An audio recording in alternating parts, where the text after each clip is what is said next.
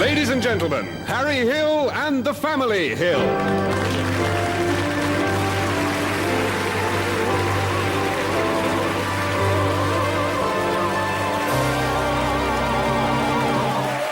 Thank you, and welcome to my fruit corner.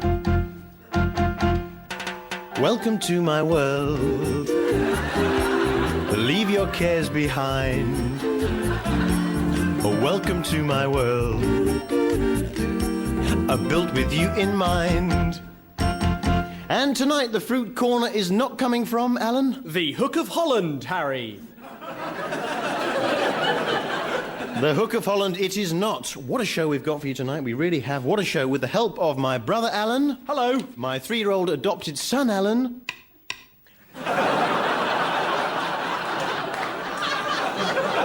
My mother and father Jan and Tony Hill. Hello there. 82-year-old roving reporter Nana Hill, and of course some very special guests along the way. I should point out that my mother is a lollipop lady. By that I mean she's got a very thin body, big round sticky head. Something to do with diabetes, I believe. You know, sometimes I look around me and I think, what a wonderful God. What a wonderful God to make all the tiny little creatures and all the little habitats, all the little places they live in. I look at something like the scampi. What a wonderful God to make a tiny little sea creature, then give him a little breadcrumb house to live in. Oh, look at little Alan there. Come here, look, chocolate all over his little face. That's a beard, Mum. 3 years old, that boy. I should point out at this stage, right, that Alan is only 3. He's only able to communicate by tapping. Little Ellen goes tip, tip, tip. That's 1 tap for yes. Tip, tip, tip. 2 taps for no. Tip, tip, tip. And a syncopated rumba beat for maybe. All right, Alan, steady on. At ease. At ease, boy. At ease.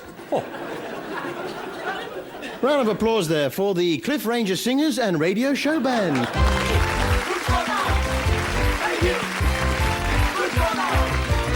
And the theme this week is Dad. Well, Harry, it's... Not you, Evans, Dad. I told you, Mr. Evans, you're not the father. I've always been loyal to Tony. Tony Hill, what's today's theme? The theme this week, Harry, is monks and nuns. Monks and nuns. Yeah, is it me getting old and cynical, or is jumping up and down on the bed not as much fun as it used to be?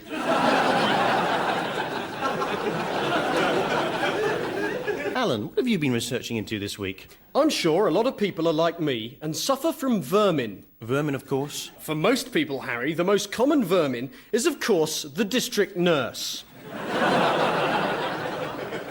I see, yes. And so I'm going to be profiling the simple district nurse trap. I've got one here. Right. What you do is pull back the giant jaws here like so. Oh, they're powerful looking, Alan. Yes, and just lock them in place. Now, the district nurse, which for the purposes of this demonstration is this old broom handle here, arrives from her nest, right? Because they tend to make nests, as you know, with perhaps a health visitor and, say, a social worker. Anyway, she arrives from her nest. Right. She parks the mini clubman.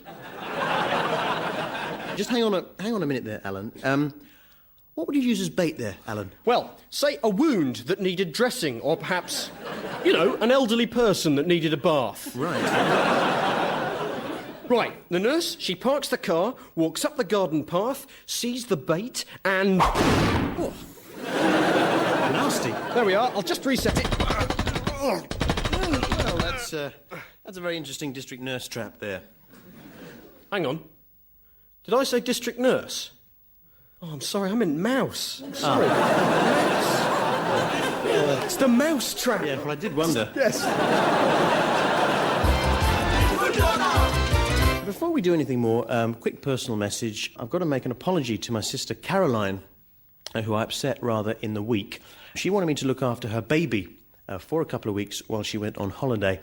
And you know what it's like, you know, you forget to feed them, don't you? You know, I try to get her one that looked roughly the same. I gave it some of that per-cup food, the baby bio, you know, that... But anyway, Caroline, I hope the chocolates I sent you in some way compensate for that sad loss. You may also be interested in this week's item on the pitfalls of adoption. It's the Maniac Pony!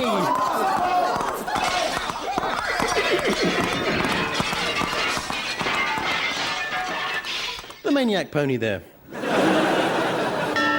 Time for our first monk. Well, Harry, our first monk is Brother Keith Allenby, who way back in 1957 took a vow of silence, became a Trappist monk, and hasn't uttered a single word since.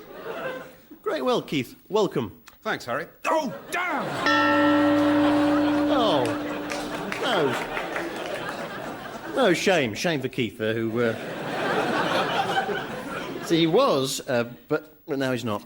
Now... Can I just say something about racism, Harry? Racism, Mr. Evans? Yeah, racism. I've been doing a bit of research on this, and to be honest, I was not at all surprised to find that there is a lot of racism around. Well, there is indeed, yes. Yeah, particularly amongst the wading bird community. A lot of it is directed against the redback shrike, which, as you know... Shut it, Evans. Which, as you know, Tony Hill, is a wading bird.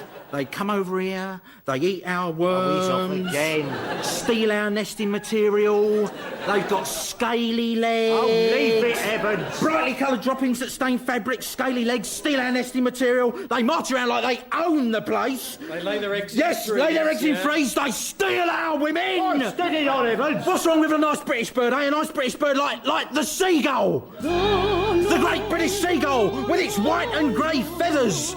Its wide wingspan, its little yellow beak sticking out the front, its tail feathers sticking out the back, and its catchy squawk! The seagull, symbol of the great British tradition of catching fish in our beaks! That's all I wanted to say about racism, Harry. Oh, a very interesting item on racism there from Miss Janet Hill. What have you been up to this week? Well, I started up a small tuna and marlin farming business off the coast of Portugal. You didn't tell me that, Janet. I can't tell you everything, Tony. Wednesday morning it was. I went over to check on my craft. There she blows! Tuna fish to starboard bow, Captain Mrs. Janet Hill. Steady, bosun, late ready with the megaphone. Megaphone, Captain Janet Hill? Beat you mean the nets? No, drift nets are environmentally unfriendly. And that's because lots of dolphins get caught up in them. No, my method is to appeal to the tuna's common sense, and he just sort of gives himself up, really. Tuna fish! Yes, you with the powerful tail and dorsal fin, we know you're in there! Float to the surface with your fins up! It worked, our tunnies a floating hardy timber. That accent, bosun. What part of Spain is it you come from exactly? Wait, he speaks. Captain Janet Hill! Yes? It's Sandeep, the tuna. Don't you remember me? Sandy? Yes. Don't you remember? Cast your mind back 45 years to when you were a little girl swimming in the Algarve waters. Your little legs became snagged in some seaweed, and I saved your life by biting through the tendrils. No, you didn't. Oh, well, it was worth a try. Go on, then, hoist me aboard. Honestly, I prefer the drift nets. At least with them, a couple of the bloody dolphins would get it. Jumping through hoops, balancing balls on their noses. Very interesting item, Mum, and you hope to make a profit out of that. Oh, I anticipate a turnover of some 250,000 pesetas for this season alone, Harry. It just gives me that little bit of financial freedom.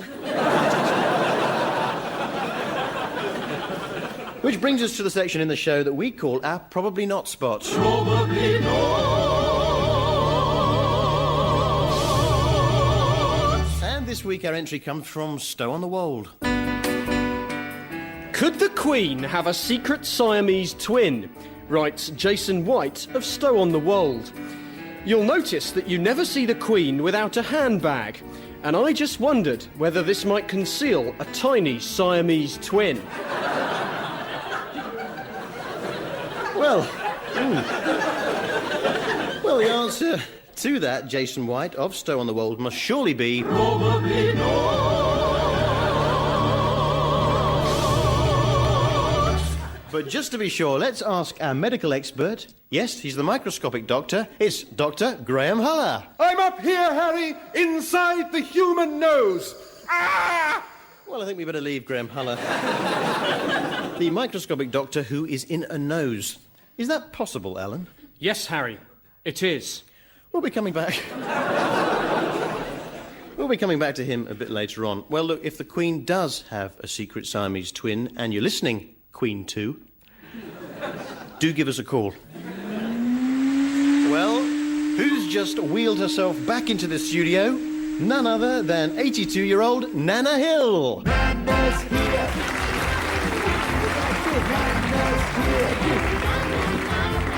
Nana's here. Welcome back, Nana. Show me the way to go home. All right, Nana, at ease. Simmer down. You may be interested to know that today Nana is test driving the Honda F20 Handy Buggy. Now, Nana, you're going to share with us some of the magic moments from your full 82 years on this old world of ours. You must have seen very many wonderful things. Nana Hill, what have been your magic moments? Of all the years that I have lived through 2 world wars I have been, there's nothing for me that can compare with TV's popular The A-Team. There was the commander who smoked cigars and made the plans to attack.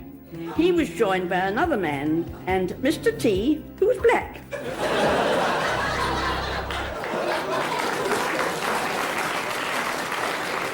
One of Nana Hill's magic moments there from her 82 years. Well, you know, I went into a restaurant the other day called The Taste of the Raj, and I walked in and the waiter hit me with a stick and...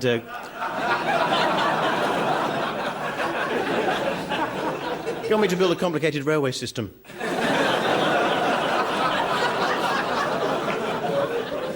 Right, well, what happens when a nun hangs up her habit, picks up a guitar and starts to sing? We're about to find out as we join Joni, the singing nun.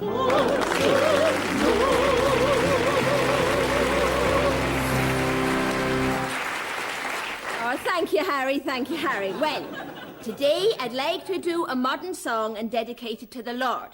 It was a big hit for the popular music group EMF. And it is called You're Unbelievable. Hang on a second there, Joni. All right, just hang on a second. Joni, please, hang on. If you're singing a song to the Lord entitled You're Unbelievable... aren't you merely vocalising the doubts and uncertainties of a lot of agnostics and atheists when they say that to believe in an all-controlling spirit is indeed unbelievable, that one can't, in fact, believe in him? Harry's got a point there, actually, Joni. That had occurred to me and your mother as well, Harry. Yes, yes. Can I go away and come back? Of course you can. Of course you can.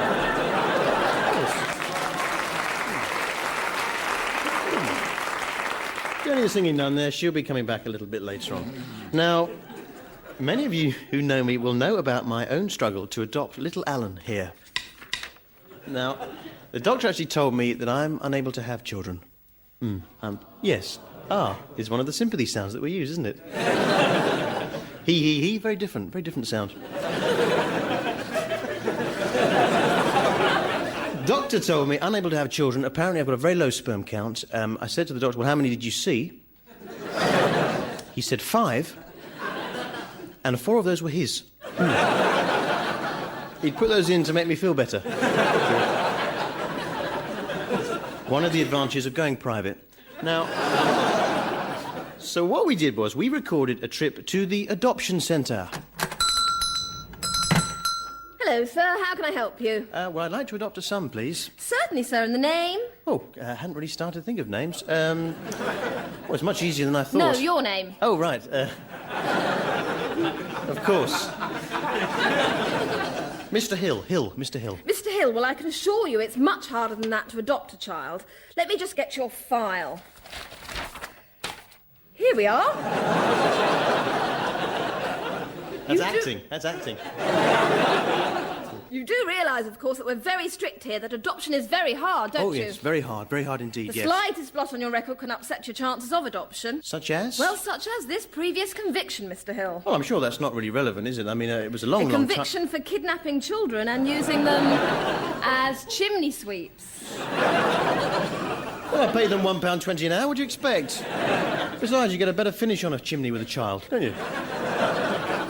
Can't you? Can't you turn a blind eye just this once? Well, to be honest, Mr. Hill, we really haven't got any kids in at the moment, what with the Christmas rush. Oh, come on, you must have one or two knocking round at the back. We have got one under the counter, but he's reserved for Jerry Cottle. I have got a very short man. Ah. He's got a beard and can't speak. How small exactly? I mean, just for my guidelines, could he, for instance, fit inside a chimney? Yes. Great, I'll take him. And that's how I came to adopt little Alan Hill here. You see, the message is, if you're insistent, you'll find that you can win through in the end. And you like your little bedroom, don't you, Alan? Well, bedroom chimney affair. Very snug. Now, Joni, are you ready? I am. Ladies and gentlemen, Joni the singing nun. Thank you. I'd like to dedicate this song to our Lord. It is entitled You're Just Too Good to Be True.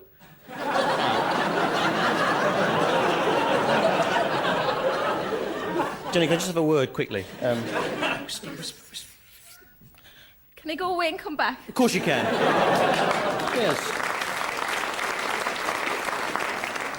Now, Dad, I think you're going to tell us what you've been looking into this week. Yes. This week I have been researching arches and trellises. This should be good. 1, 2, 3, 4. Yo. Arches and trellises. Massive respect. The so-called rustic arch is an unsatisfactory object unless skillfully fashioned from carefully selected pieces. Wicked. There are many possible and sightly designs for which ordinary battens and... Oh, we seem to have lost that piece from Tony Hill. 50-year-old man pretending to be like a child. Never mind. I recognise the sound of that Honda F20 buggy anywhere. It's Nana Hill. Nana's here.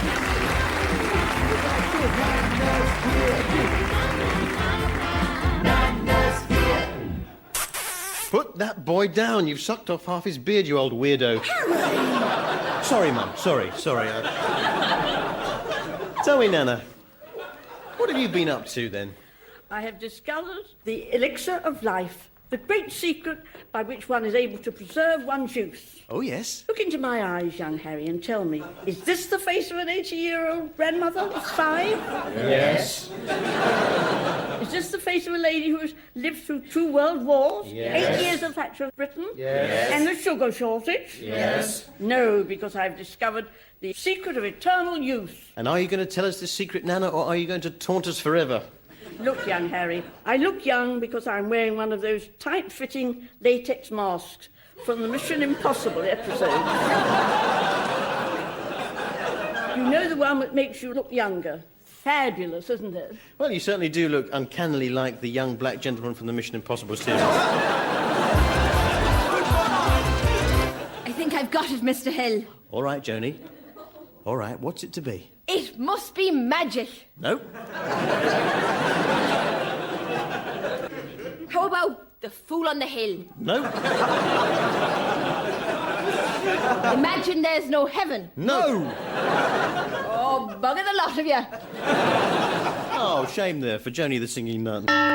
Well, this year sees the 66th anniversary of the invention of television. And, of course, it was in a tiny lab in Britain's Scotland that a young Scottish scientist using rudimentary Scottish equipment first transmitted the very first episode of Starsky and Hutch. And I think we've got a tape of that now.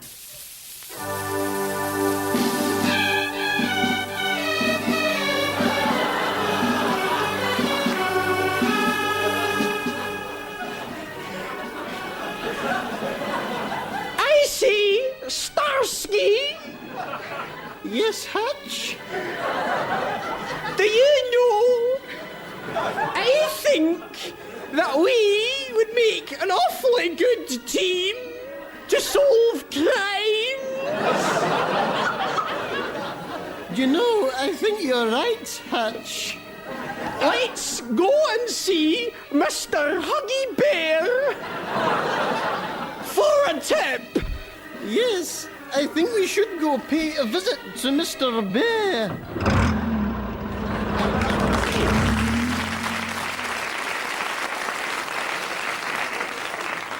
That brings us to our special Nun from Abroad section. So would you please welcome Heidi, the one-armed Oompa Nun from abroad.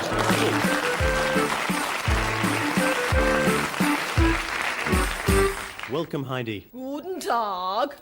Heidi says, hello. Now, Heidi, you are the hit of the Bavarian beer houses with your amazing slapping routines and one-man band. But you're an Oompa Nun with a difference, aren't you? Ja. Heidi says, yes. And what is that difference, Heidi? Ich bin eine Armen. Heidi has only the one arm. Ich bin geslappen mit einen Mausentrappen gehollen. Heidi says she lost it in a mousetrap accident.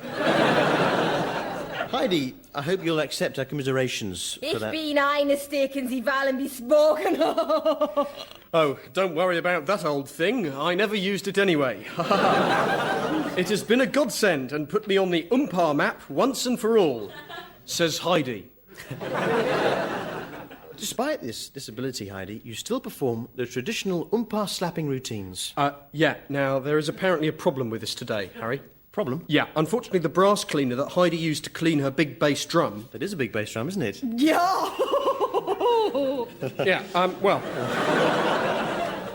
She used a new cleaning agent last night, which has brought her out in an all-over body rash, apart from a small patch of skin, which it is impossible for her to slap due to the limited reach of her one arm. Right, OK. Well, please offer our commiserations once again to Heidi. Well, tonight she's enlisted the help of Nana Hill, who is going to be slapping the unaffected patch of skin for her. On the hill lived a lonely goat herd. All right, now, steady on. Well, if the pair of you would like to get ready then, if you tune up there, and as we bring you Heidi, the one-armed Oompa Nun, with special help from Mrs. Nana Hill. 1, 2, 3.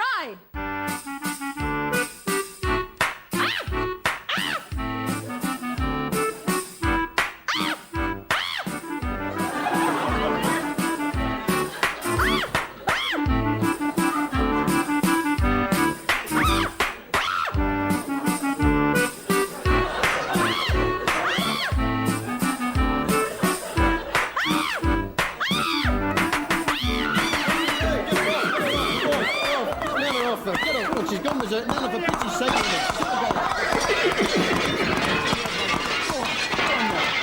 Go on, Nana.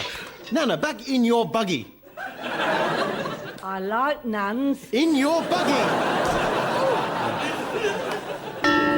That tells me it's time for our final And very special celebrity monk, ladies and gentlemen. Alan, who is this week's celebrity monk? Well, Harry, we're going to carry on welcoming none other than Brother Bernard Bresslaw.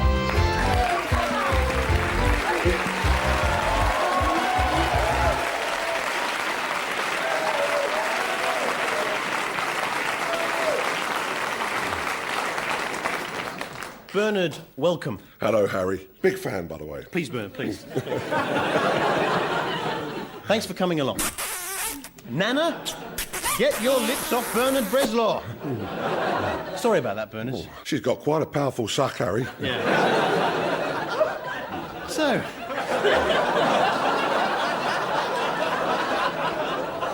Bernard, you used to be a monk. Used to be a monk.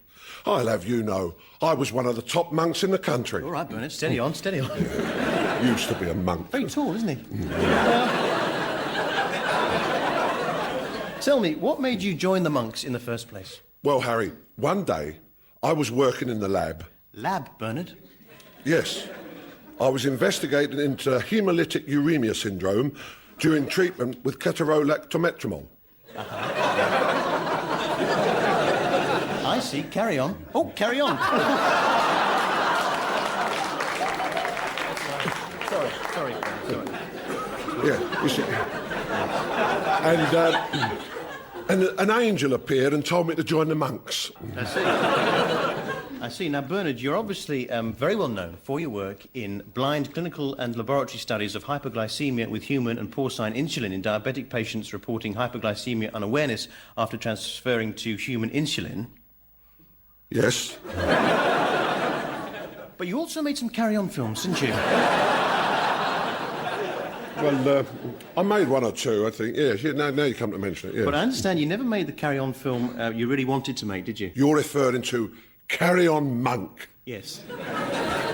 Well, that was my pet project, but the rest of the cast, particularly Laurence Olivier, wouldn't let me do it. But you wrote the script and everything. Yeah, that's right, Harry, and I brought it with me. I wonder whether we could do it. I'm not sure about that. No. Please, go on. We've got a lot of other things to do. Please, Harry, please. Oh, go on then, all right. Oh, I can't believe it. Oh, it's fantastic news. Steady, Bernard. Come on, simmer down. Now, with your permission, Harry, I thought I'd cast Mrs. Hill as Barbara Windsor. Oh, lovely, yes. I thought you, Alan, not you, Alan. Yeah? You could read Kenneth Williams. Great, right. Tony Hill, you could do Sid. I'll have a go, Bernard. Mr. Evans, Kenneth Connor. Cheers, and Tony. Harry, have a bash at Charles Hawtrey. Righto then. Bernard, just be yourself. OK then, here we go with the lost script of Carry On Monk.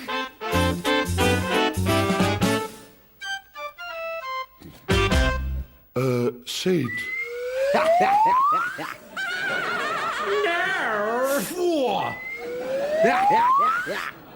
Well, I only asked.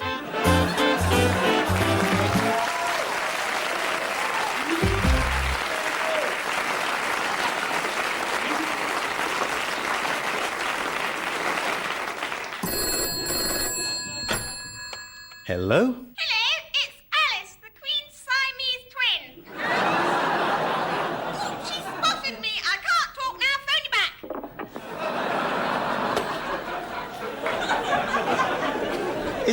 Is that possible, Alan?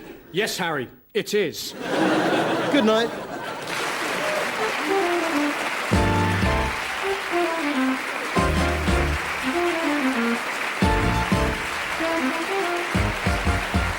That was Harry Hill's Fruit Corner, written by and starring Harry Hill, with Phil Jupitus, Sue Drouet, Phil Nice, Al Murray, Martin Hyder, Jean Campbell-Dallas, Brenda Gilhooly, Matt Bradstock, and special guest star Bernard Bresslaw. Music was by Cliff Ranger, and the show was produced by Jon Magnusson.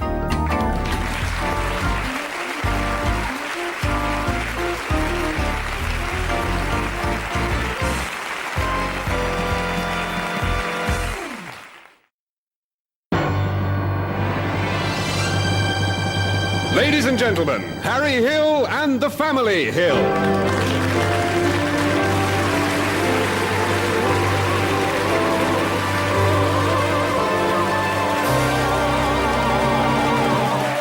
Thank you. And welcome to my Fruit Corner. Welcome to my world. Leave your cares behind. Welcome to my world, built with you in mind. And tonight the Fruit Corner is not being sponsored by Alan. Ian's Bracelets of Harpenden, Harry. Ian's Bracelets of Harpenden are not sponsoring us, indeed. Although they do some lovely bracelets down there. What a show we've got for you tonight with the help of my brother Alan. Hello. My adopted son Alan. And assorted family members. Mum has lost almost a stone in weight this week just by taking her makeup off. Well, I should point out that my adopted son Alan, who is only 8, has recently been adopted as the capital city of New Zealand. Yeah, I'll tell you what, Alan, I'm against the Channel Tunnel. I really am, because I tell you, when both ends are open, there's going to be a hell of a draft through Kent. What? You know, I went into a restaurant the other night and the starter was a pint of prawns. And the thing is, you have one pint, you fancy another, don't you? 10 pints of prawns later, stopped by police on the way home. Excuse me, sir, would you mind blowing into this net? Now, I should point out that the imp boy, little tiny imp boy Alan Hill, only 7, is only able to communicate by the extraordinary method of tapping. Little Ellen goose tip, tip, tip. That's 1 tap for yes. Tip, tip, tip. 2 taps for no. Tip, tip, tip. And a hot Latin beat for no way, man, never in a million years. All right, son, that's ease. I told you, Harry, you shouldn't let him sleep on the end of the bed. You'll spoil him. If I leave him downstairs, he scratches up the furniture. That's when you should smack him on the legs like I used to do with you two. Actually, Mum, you know when you used to smack me and Alan on the legs when we were kids? Yes. It never used to hurt, did it, Alan? No, it didn't. We just used to pretend it did, didn't we, Harry? Yeah, we did. You know, you used to make us Angel Delight because you thought we liked it. We never did we, Alan? No, we used to flush it down the loo when you weren't looking. Yeah. And we used to smoke when you went down the shops. Yeah, and have ladies back. Oh, ow. You naughty boys. Oh, sorry, Mum. Oh, that hurt. Didn't really. No, never. Let's ask the Cliff Ranger Singers. Let's ask the Cliff Ranger Singers for this week's theme. Lords and ladies. Lords and ladies, and we'll be meeting some of the members of that much revered upper echelon of society a little bit later on. But first, we meet the one, the one and only, yes, she's 82, Nana Hill. Nana's here.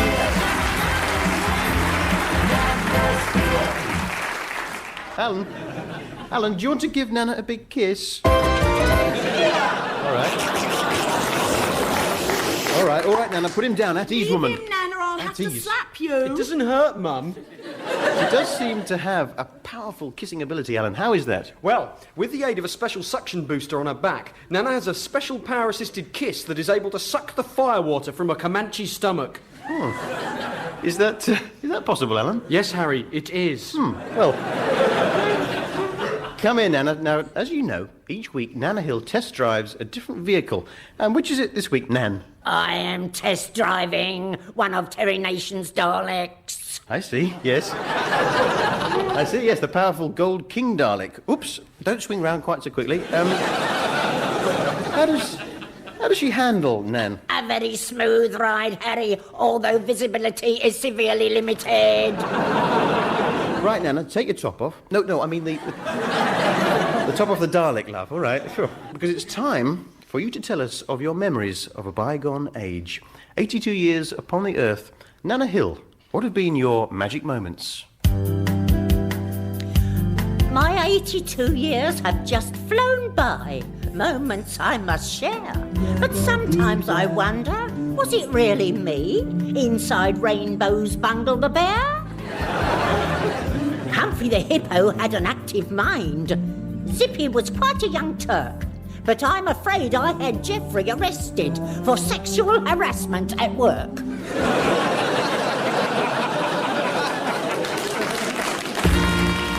Time for our first guest. Which is it to be, Lord or Lady? Well, this time we give a welcome in the manner that she has become accustomed to, as we welcome Lady Stevens, who calls herself the Lady of the Cats.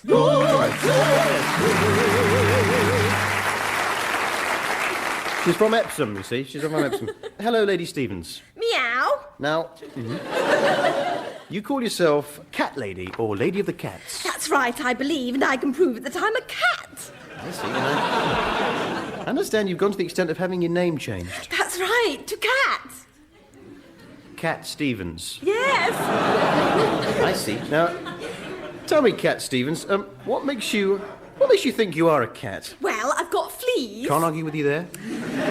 I've got fleas. I like to use a litter tray and once had a hairball removed from my stomach. And have you got the hairball with you? No, I sold it recently to an elderly lady as a mock bun. Now, forgive me, Lady Stevens, but the mere fact of the fleas, the fondness of using a litter tray, and removal of hairball is not enough, really, to convince me that you are indeed a cat. I always land on my feet. Ah, well, that might be a bit more convincing. I can do that for you if you like. Shall I get the winch, Harry? I think you'd better. Right. Yes. Lady Kitty Cat Stevens there, who later on will be proving to us that she is a cat. Ladies and gentlemen, will you please welcome him now, Pat, the singing earthworm. Oh, little snowbird, take me with you when you go.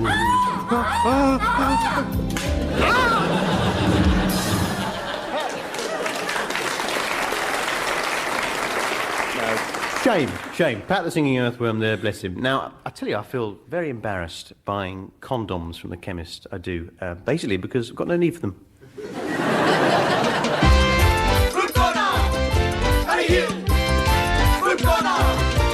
Now is the customary time on the Fruit Corner where Brother Alan is required to profile one of his specialist traps. And what trap are you profiling this week, Alan? This week, Harry, it's the turn of the poverty trap. Oh. I'm sure if you're anything like me, you have a lot of trouble with people coming up to you and asking you for money. And so what I recommend is the simple poverty trap. Now, you find a place to stand on a busy street corner or by a tube station and dig a narrow pit in front of you. Right, yes. Now, inside the pit, place a series of sharpened sticks tipped with the deadly poison chicken. Chicken? Yes, Harry. Although a tasty snack taken by mouth, chicken becomes a powerful toxin when injected into the body. Well, there we are. How do you attract your prey? Well, by simply dressing in an opulent fashion, Harry. You know, brown corduroy shirt, moustache, shoulder bag, that sort of thing. Cover the pit with brushwood and wait for your quarry to approach you for money. They lean towards you and... Hey, presto, tumble into your very own poverty trap. Just a minute there, Alan. I've got to pick you up on this one because I'm sure a lot of our listeners will be a little uneasy. Surely, when people talk of the poverty trap, they mean the metaphorical trap of not having the financial means to better their situation, thus constantly on a downward social spiral into greater debt and worse conditions. Yes, but I prefer this one. Fair enough. Very well done. Well, as you know, little Alan here isn't my real son. No, he's adopted, and I'm actually unable to manufacture children myself. Actually, with my sister's baby, there was a mix-up, you know, at the hospital, a baby swap thing, and she ended up going home with a small bald man called Danny. And the real baby is now running a judo club in Walthamstow. So I adopted little Alan here, and I'm just waiting for the day that, like any father of an adopted, that little Alan here asks me to tell him about his real parents. How do you deal with that scenario? We're going to do a little role play now with Brother Alan here playing an imaginary adopted son, eager to know who his real parents are, and me playing the father in a difficult position. Hello, son. Hello, Dad. You look inquisitive, son. Something on your mind? Well, now you come to mention it, yes, there is. Yes, son? Dad? Yes, son? Who were my real parents? Oh, look, Alan, what's that over there? What? Dad, where have you gone? Yes, simply distract the child and run off.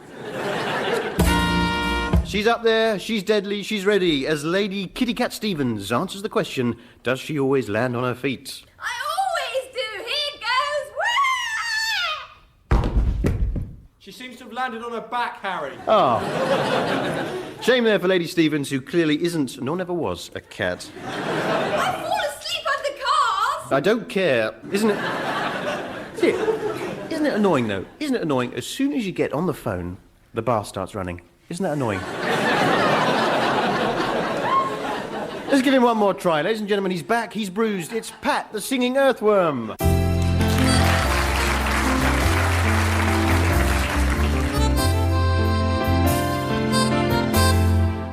Why do birds suddenly appear? Pat, the singing earthworm there, who...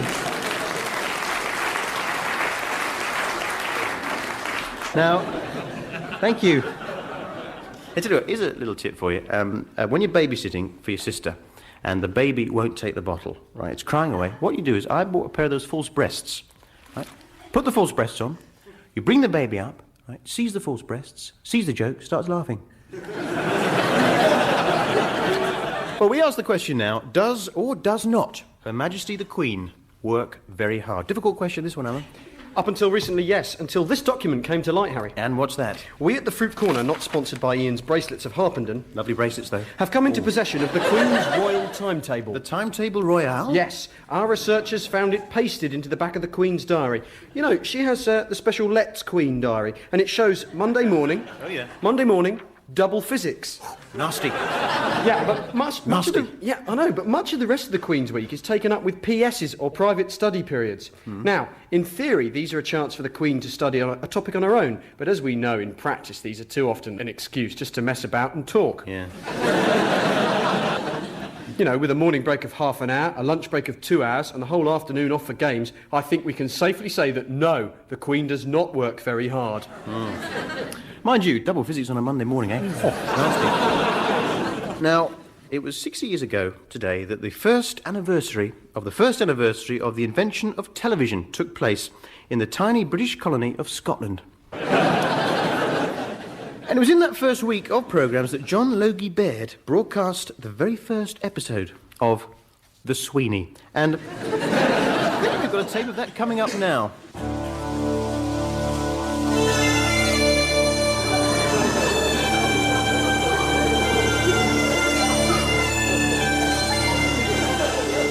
I see! Carter!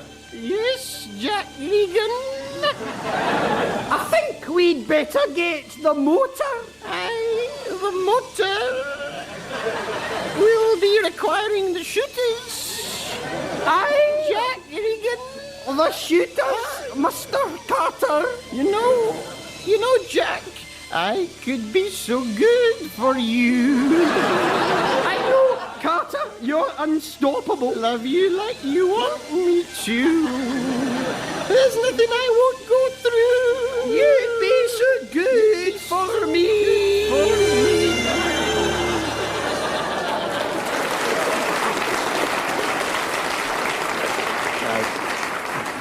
The first episode of The Sweeney there. Well, in fact, you know, most murders are committed by people known to the victim. So to avoid murder, do what I do. Always hang around with people you don't know. Please give a treasonable good welcome to grandson of the notorious World War II traitor Lord Haw-Haw, yes, Lord Hee-Hee. Welcome, Lord Hee-Hee. So your grandfather was Lord Haw-Haw, the German propagandist. Yes, we changed the name to try and get away from our past.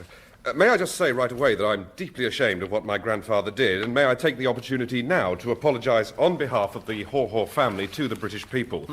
We really don't know what got into him. I mean, he was as nice as pie the rest of the time, but, you know, as soon as he got on the old tranny, he'd be off. You're a bingo caller, aren't you? That's right. I try to scrape a living calling the bingo. And you're going to do a bit of that for us? Absolutely. Jolly good. Well, pass the cards out there to Tony, Mum, Alan. Yeah. Thanks, dear. Right. Thanks a lot. Off we go, then. Eyes down and off we go. Two Fat Ladies, 88. Number 9, the Brighton line. On its own, number 1. 5 is dawning. Germany calling. Give up the war, 44. Adolf's great, 28. National Socialism is the only way forward, 3. Haw, haw, haw.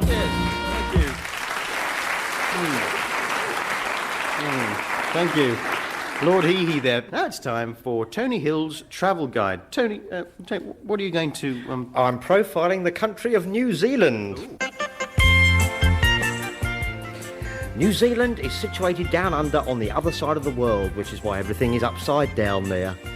New Zealanders, or Aussies as they are called, are derived largely from convicts sent there from Great Britain.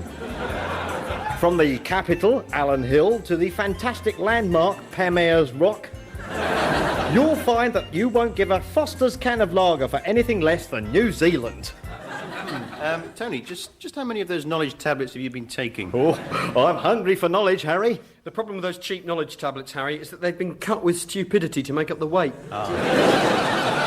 Thanks to Tony, anyway, for that very thorough look at the topsy-turvy world of New Zealand. You know, there's actually machines around these days that actually tell you whether it's safe to have another drink or not. Cash point machines, I think they're called. Time now for our regular Probably Not spot. Probably not. Tony Hill. This week's entry comes from Jane Chipchase of Fulham, who writes regarding the singer Barry Manilow. I am sure I am not alone, writes Jane, in noticing that the singer Barry Manilow has a nose out of all proportion to the rest of his body. Could it be, she goes on, that this is not a nose at all, but a giant seed pod? Obviously, this would mean that Barry reproduces by digging his nose into soft earth, thus disappointing thousands of his female fans. Well, facial seed pod on Barry Manilow. The answer to that must surely be... Probably not. Probably not indeed, but if you're watching Barry, do give us a call. Now, Mum, what have you... Is that a mink coat you're wearing? Yes, Harry, a beauty, isn't it? Mum, I'm surprised at you. You know it takes hundreds of dumb animals to make a mink coat, but only one dumb animal to wear it. That's not true, Harry. Mink are, in fact, highly intelligent. Oh, sorry. Besides, Harry, take a closer look. Gadzooks, live minks. That's right, a coat without cruelty. A new business line I'm working on. You didn't tell me you were working on the new business line of a live mink coat business, Janet. I can't tell you everything, Tony. What I've done, Harry, in modern Japanese-style industrial relations, is to enter into an agreement with the minks. I've fashioned a rough gauze framework of a coat on which I have pinned cheese balls. The minks spend most of their time in the house lolling around, playing, reading, and some are studying with the Open University, actually. Yeah, well, I let them have their fun on the understanding that when I wish to go out, they all jump up onto the gauze framework, thus forming a live mink coat. Here, I'll show you. Right. Minks, dismount! Good Lord. And wait for it. Up! Man alive.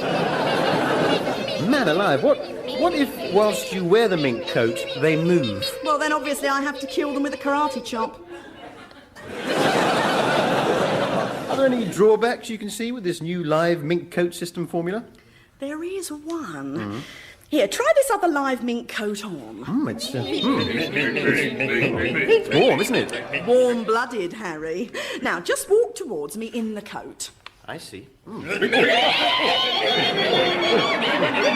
see. The one mink coat attacks the other. Yes, Harry. Now, my coat is made up from the Minkettes, a gang of minks from Essex. Yours, however, is formed from a gang calling themselves Hell's Minks, who are the Minkettes' arch rivals. Thus, whenever these two coats meet, a fight ensues. Ooh, a coat fight. A coat fight, yes. How do you deal with a coat fight? There is only one way, Harry. Reduce the size of the cheese balls, cut the heads off all the minks, place them on spikes and parade them through the mink village. Mum, thank you. I'd recognise the sound anywhere. That sound is the sound of King Dalek, Nana Hill.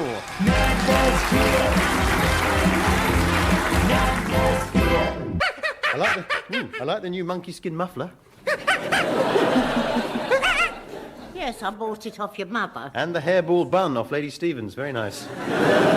What brings you to these parts? I have committed the perfect crime, Harry. A crime so daring that you will not believe it possible, and that I might have got away with it. Never, you will say. Oh, get on with it, you silly mare. Harry! Oh, Mum, that hurt. Didn't really. What was your perfect crime, Nana?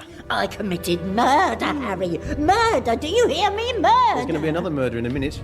To take a life in this world, Harry, carries the harshest penalty that monkey can buy.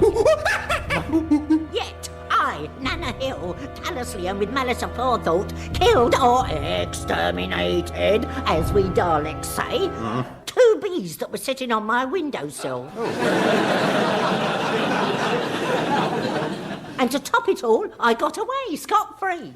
How do you know you weren't seen? Simple. I was wearing a tight-fitting latex mask that belonged to Galon from the Planet of the Apes series. Thank you, Nana.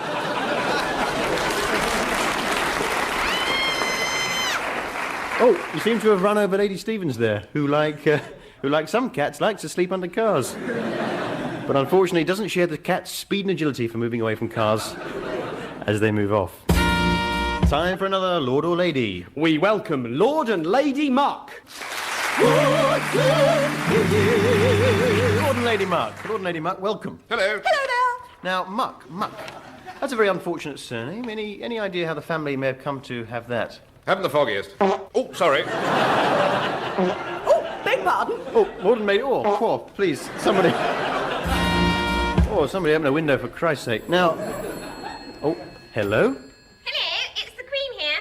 Well, I never. It's the Queen. Big fan, by the way. Please, Your Majesty, at ease. Now, what can I do for you? About this business of me not working very hard. I work very hard. Sometimes I get sweaty with the work, don't years. I have a hell of a job getting the sweat patches out of the royal garments. All right, Your Majesty, thank you. I'm only human, you know. Yes, well, you must admit there are very many private study periods on the timetable there. What about double maths last thing Friday afternoon? Hey? Oh, yes, I hadn't noticed that. Double maths last thing Friday. Nasty. Oh, nasty. Sorry about that, Queen. Anyway, must go. Got a maths test in the morning. I haven't done a stroke of work. The Queen there, who does in fact work extremely hard. Ladies and gentlemen, welcome back. Yes, he's back. The bruised, the battered, the half-eaten, Pat, the singing word.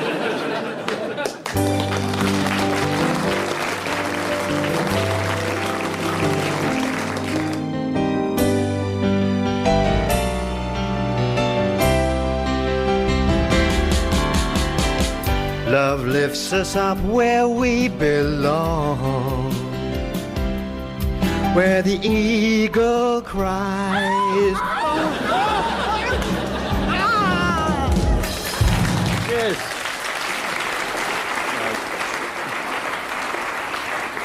Pat, the singing deceased worm there. And that is the sound that tells us it's time for our special celebrity lord, Alan. Who is this week's celebrity lord?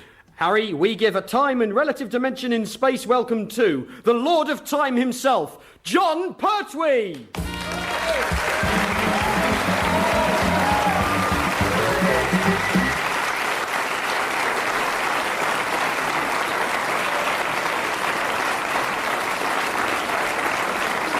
Lord Pertwee, welcome. Pleasure to be here, Harry.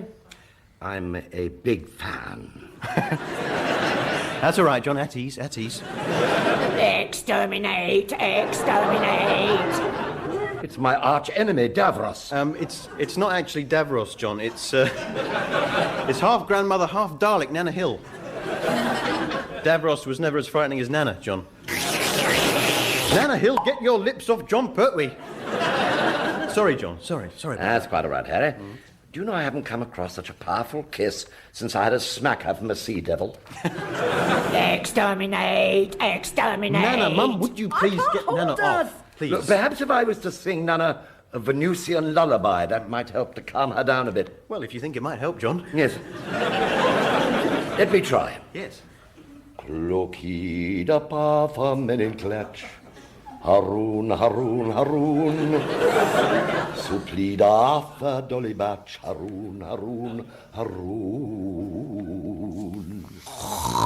Seems to have worked. Certainly.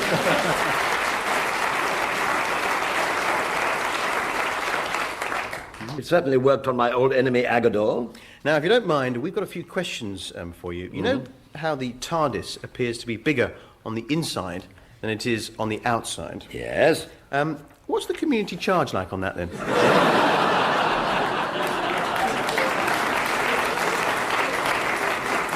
Well, to be perfectly honest, Harry, I daren't register for community charge. There are over 4,000 rooms, but no toilet. As a single man, you are entitled to 25% reduction, you know. Yeah. You better be careful, John, or it'll be Doctor Who and the Battle of the Bailiffs. Oh, yes. Now, as Doctor Who, of course, you met up with some really terrifying monsters. And you may not know this, but it's always been my dad, Tony Hill's, ambition to play your most sworn enemy, the Master. Ah, the Master, yes. So we were wondering if you wouldn't mind joining in a little excerpt of Doctor Who versus the evil Master, Tony Hill. Well, not at all. Matter of fact, I do have an old score to settle with the Master. Right, I'll play the Brigadier. Mum, you play Sarah Jane Smith. Oh, lovely, Harry. Alan, you're a sea devil. Okay. Right, then off we go with Doctor Who versus the evil Master, Tony Hill.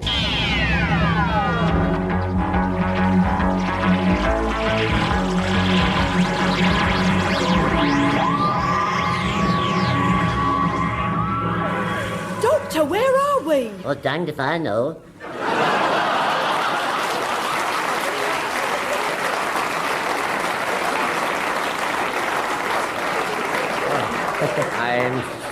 I'm so sorry, Harry. Wrong voice. Well, Sarah, we seem to have landed in a seaside hideaway. Ah, Doctor, there you are. What do you want, Brigadier? Oh, nothing. I just wanted to say, Doctor, there you are. Look out, Doctor! Welcome to Great Yarmouth, Doctor. Ha ha ha ha ha ha! Tony Hill, the evil master. Yes, it is I, Tony Hill, and with my sea devils working all the great British seaside resorts on the coast of Britain, I will control the entire British tourist trade. Sea devils, seize them! Ha ha ha ha ha! Actually, Master, me and the other sea devils are not exactly happy with your plan. That's right. And why not?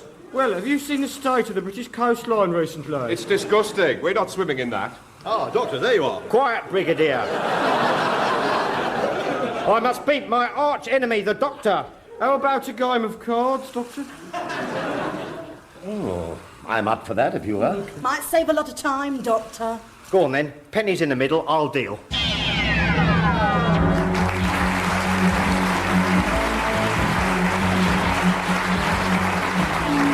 Ladies and gentlemen, John Pertwee.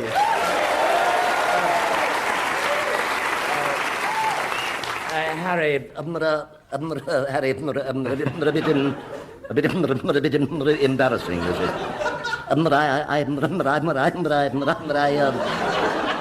I seem to have come out with to hell with it. I don't suppose you could lend me £5.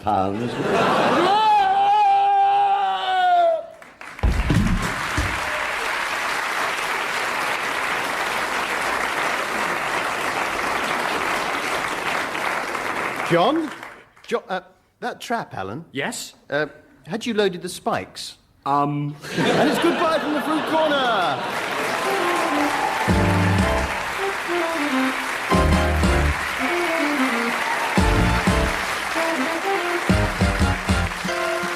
That was Harry Hill's Fruit Corner, written by and starring Harry Hill, with Edna Dore, Al Murray, Sue Drouet, Phil Nice, Brenda Gilhooly, Matt Bradstock and Martin Hyder, with special guest star John Pertwee.